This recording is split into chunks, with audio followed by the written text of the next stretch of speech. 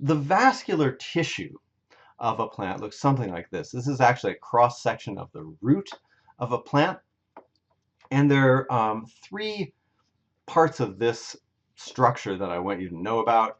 They are the epidermis, which is a single layer of cells on the outside.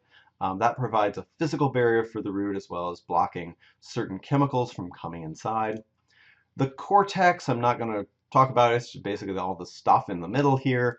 But in the very center of the root is vascular tissue. That's where the xylem is. Xylem are the vessels that conduct water upwards in a plant. And the phloem. Phloem are vessels that conduct fluids, including sugars usually, downward in a plant. There are a few different mechanisms that move water along these vascular elements, the xylem and the phloem. And they work somewhat differently, but they all exploit the same hydraulic principles that I've been telling you about. The first mechanism by which plants transport water through their bodies is what's called root pressure. At night, nutrients that are acquired from the soil are moved into the xylem of the plant. And what that does is it lowers the solute potential of xylem. Remember, it's increasing the concentration of that fluid that lowers its solute potential, which tends to pull water toward the xylem. As a result of the water entering the xylem, the pressure potential in those vessels goes up because you're pulling water, which is incompressible, into a space in the xylem that is full. And so by moving ions, by moving nutrients into the xylem, that causes water to, the plant causes water to follow those nutrients, and that creates a physical pressure that pushes water up the plant. In fact, in the morning, you can sometimes see beads of water on the edges of leaves. This is caused by root pressure physically pushing the water up so hard that it ends up leaking out of the edges of the leaves. That's one mechanism by which plants move water upward, basically by loading the water at the bottom of the plant with nutrients that draw water in after it. However, the most important mechanism is the passive movement of water all the way from the leaves down to the roots. And this is explained by what's referred to as the cohesion tension hypothesis.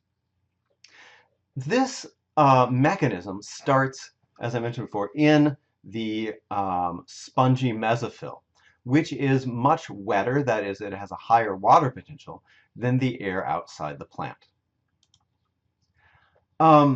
This area, because it's next to these very moist tissues, rapidly fills with moist air, and that air tends to move out of the stomata because it's moving down a water potential gradient. As water exits the leaf, the humidity inside the spongy mesophyll drops. The tissue surrounding the spongy mesophyll is completely saturated with water.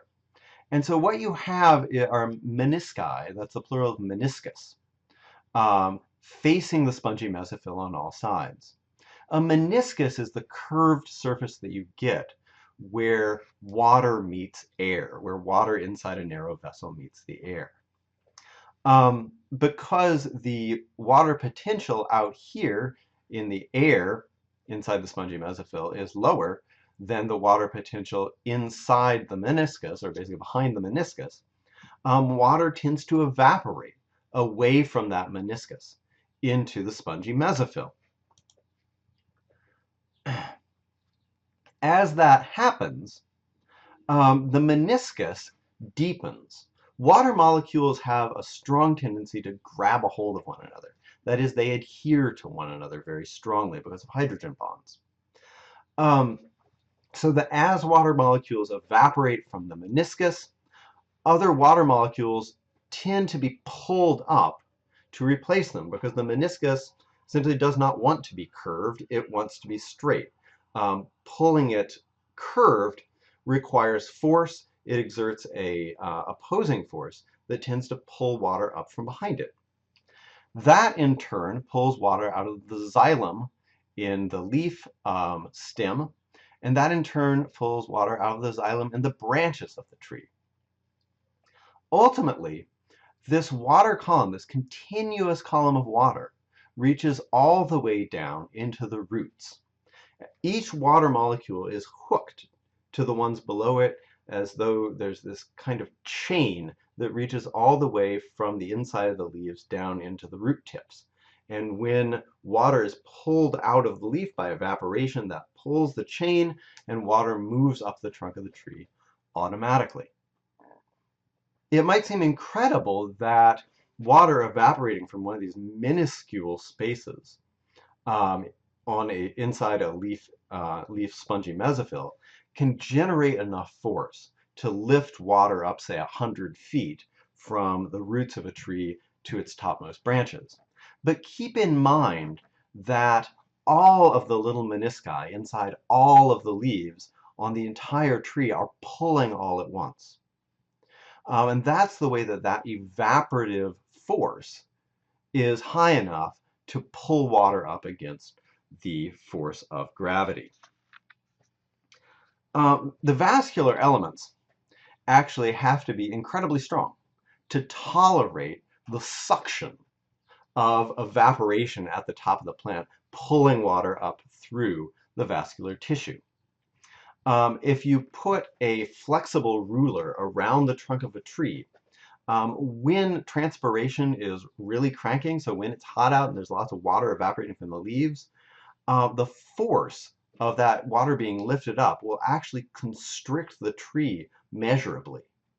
This entire tree made of wood will actually get sucked inward by the sheer amount of force that's pulling water up out of the roots.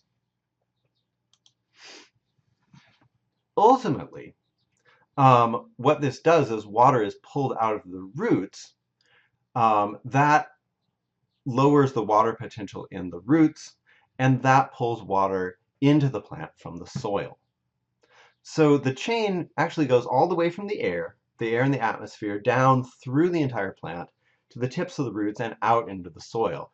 And water molecules get pulled along that entire path out the top of the tree as evapotranspiration or evaporative transpiration occurs.